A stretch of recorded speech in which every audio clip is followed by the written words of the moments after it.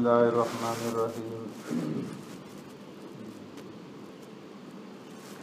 وعن جابر رضي الله تعالى عنه قال قال رسول الله صلى الله عليه وسلم الغناء ينبت النفاق في القلب كما ينبت الماء الزرع. وعن نافع قال كنت مع ابن عمر في طريق فسمع مزمارا فوضع إصبعيه في أذنيه ونعن الطريق إلى الجانب الآخر ثم قال لي بعد أن بعد يا نافع هل تسمع شيئا؟ قلت لا. فرفع إصبعيه من أذنيه. قال كنت مع رسول الله صلى الله عليه وسلم فسمع صوته يراع فصنع مثل ما صنعت. قال نافع وكنت إذ ذاك صغيرا أو كما قال عليه الصلاة والسلام. صدق رسول الله صلى الله عليه وسلم. حضرت جابر رضی اللہ تعالیٰ عنہ روایت فرماتے ہیں آقا نامدار سرور کائنات رحمت دو عالم صلی اللہ علیہ وسلم نے ارشاد فرمایا الغناء ينبت النفاق فی القلب. گانا بجانا انسان کے دل میں نفاق کو اس طرح سے اگاتا ہے کما ينبت الماء الزرع، جس طرح کہ پانی کھیتی اور سبزے کو اگاتا ہے. پیارے پیغمبر صلی اللہ علیہ وسلم نے سر اور سر سے متعلقہ جن اعضاء کی حفاظت کا حکم دیا ان میں سے کان بھی ہیں کہ کانوں کی حفاظت کی جائے اور کانوں کے اندر کوئی ایسی آواز نہ پڑے کہ جو اللہ تبارک و تعالیٰ کو پسندیدہ نہیں ہے. اور فرمایا کہ اللہ تبارک و تعالیٰ کو جو ناپسند آوازیں ان میں سے گانے کی آواز ہے جو اللہ رب العزت کو سب سے زیادہ ناپسندیدہ ہے. اس لیے اپنے کانوں کو گانے بجانے کی آواز سے محفوظ رکھنا فرمایا کہ یہ اللہ تبارک و تعالیٰ کے ساتھ شرم اور حیا ادا کرنے کا حق ہے. آج ہم اپنے معاشرے کو دیکھیں تو جہاں اور بے شمار برائیاں اس معاشرے کے اندر رائج ہیں تو وہیں پر گانا بجانا یہ بھی عام اور رائج ہو چکا ہے. اور کوئی گھر، کوئی دفتر، کوئی جگہ اس سے خالی نہیں.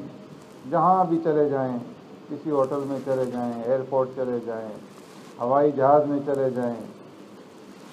ہر جگہ پہ جو ہے آپ کو گانا بجانا جو ہے یہ ملے گا. اور پھر سونے پہ سہاگا انٹرنیٹ اور موبائل نے جو رئیسی کثر تھی وہ بھی پوری کر دی ہے. راستے پہ نوجوان جا رہے ہوں گے، بچے بچیاں کانوں میں ٹوٹیاں ڈالی ہوئی ہیں اور ناچتے ہوئے جا رہے ہیں. اس لیے فرمایا کہ اللہ تبارک و تعالیٰ نے اس کو ناپسند فرمایا ہے اور فرمایا کہ جو لوگ ایسی چیزوں کو خریدتے ہیں کہ جو لہو الحدیث ہیں، کہ جو اللہ رب العزت کی یاد سے، اللہ کی عبادت سے انسان کو دور کر دیتی ہیں، تو فرمایا کہ یہ اللہ رب العزت ایسے لوگوں کو سخت جو ہے ہیبت ناک اور ذلت آمیز قسم کا عذاب دے گا. پیارے پیغمبر صلی اللہ علیہ وسلم نے گانے بجانے سے منع فرمایا اور فرمایا کہ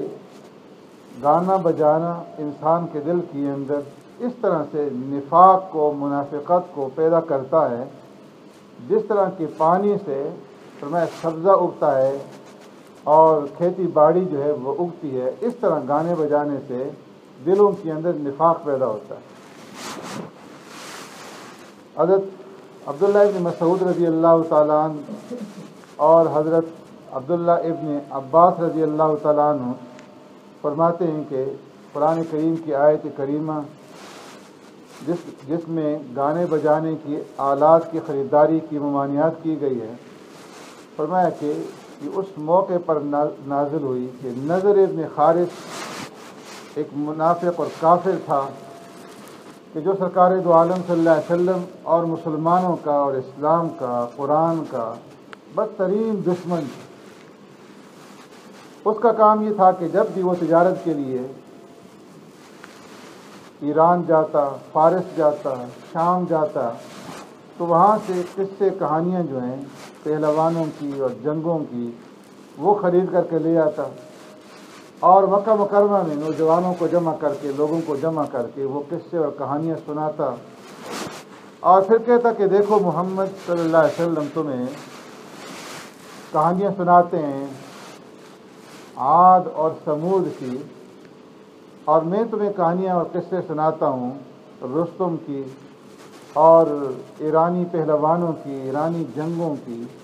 تو کس کے قصے اور کس کی کہانیاں جو ہیں وہ زیادہ بہتر ہیں، کس کے اندر زیادہ لذت اور فرحت جو ہے وہ حاصل ہوتی ہے۔ ایک موقع پر وہ جب گیا فارس تو اس نے ایک باندی، ایک لونڈی خرید کر کے لے آیا جو گانے بجانے والی تھی، اور جس آدمی کے بارے میں معلوم ہوتا کہ یہ قرآن کی طرف راغب ہے، اسلام کی طرف مائل ہے، تو اس کو اپنے گھر پہ بلاتا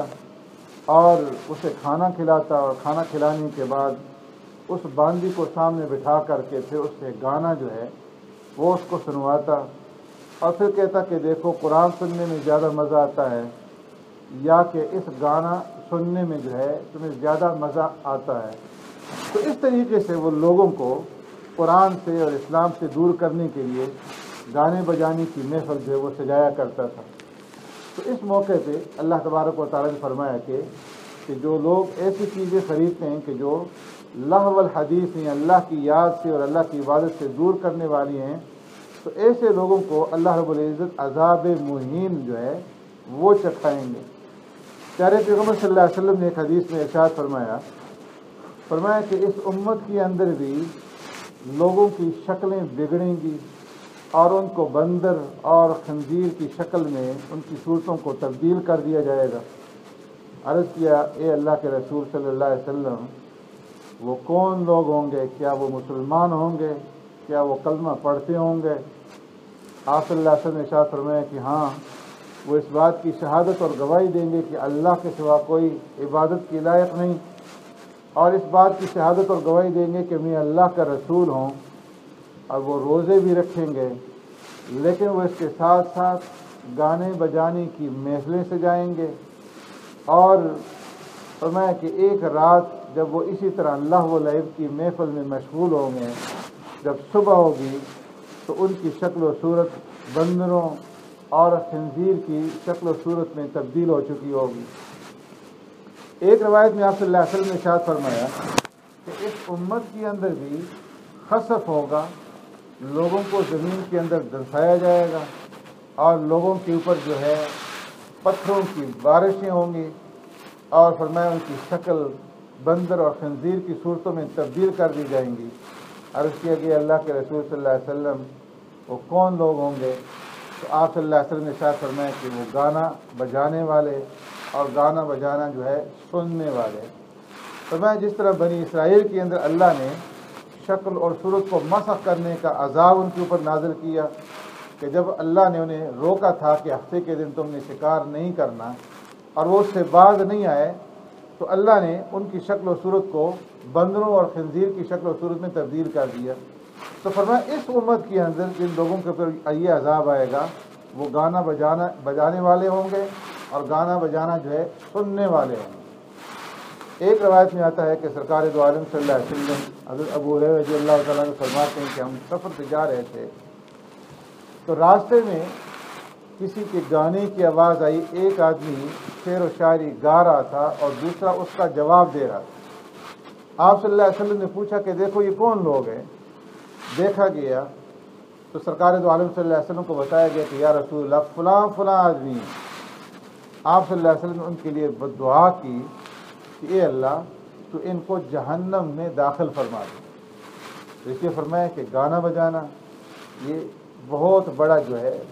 جرم ہے۔ سرکار دو عالم صلی اللہ علیہ وسلم نے ایسے لوگوں کے لیے بددعا بھی فرمائی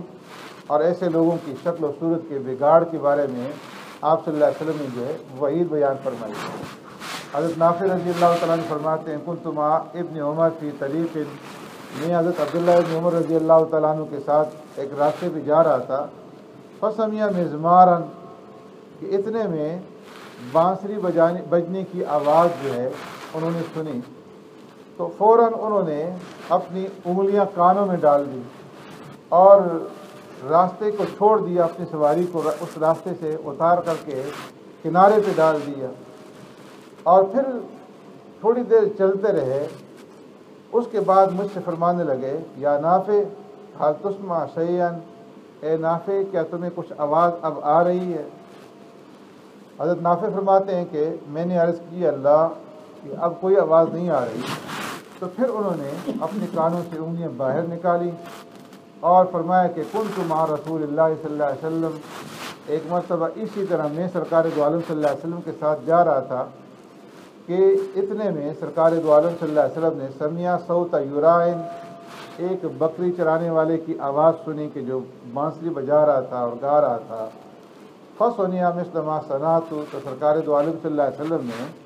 اس موقع پر اسی طرح کیا جس طرح میں نے کیا، یعنی سرکار دو عالم صلی اللہ علیہ وسلم نے بھی اپنی انگلیاں اپنے کانوں کے اندر ڈال دی تھی۔ حضرت نافع فرماتے ہیں وَكُنْتُ إِذْ ذَاكَ صَغِيرًا، کہ میں اس وقت بچہ تھا۔ یہ اس لیے انہوں نے فرمایا اس بات کو ظاہر کرنے کے لیے کہ میں نے جو اپنے کانوں میں انگلیاں نہیں ڈالی تھی اور ابن عمر رضی اللہ تعالیٰ عنہ نے مجھے اس کا حکم نہیں دیا تھا، اس کی وجہ یہ تھی کہ میں بچہ تھا اور میرے اوپر اسلام کے احکامات جو ہے وہ ابھی لاگو نہیں ہوئے تھے۔ اگر میرے اوپر اسلام کے احکامات لاگو ہوتے، میں بالغ ہوتا، تو ابن عمر رضی اللہ تعالیٰ عنہ مجھے بھی اس کا حکم دیتے کہ میں اپنے کانوں میں انگلیاں ڈالوں۔ تو اس لیے فرمایا کہ گانے بجانے کی محافل سے اور مجالس سے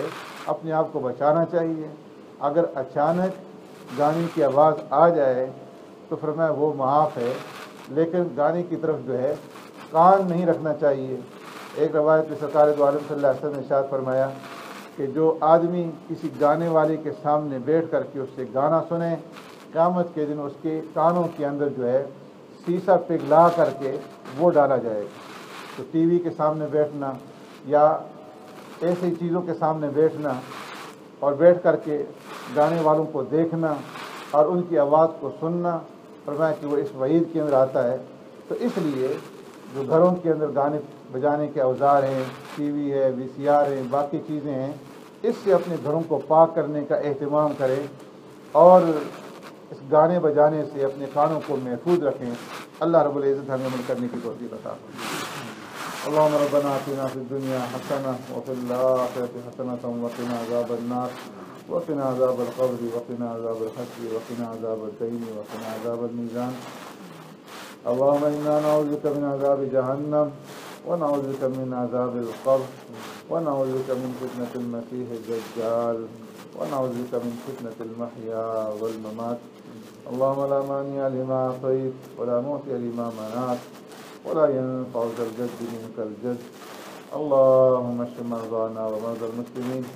اللهم يا شافي الأمراض اشف مرضانا ومرضى المسلمين سبحان ربك رب العزة عما يصفون وسلام على المرسلين والحمد لله رب العالمين برحمتك يا أرحم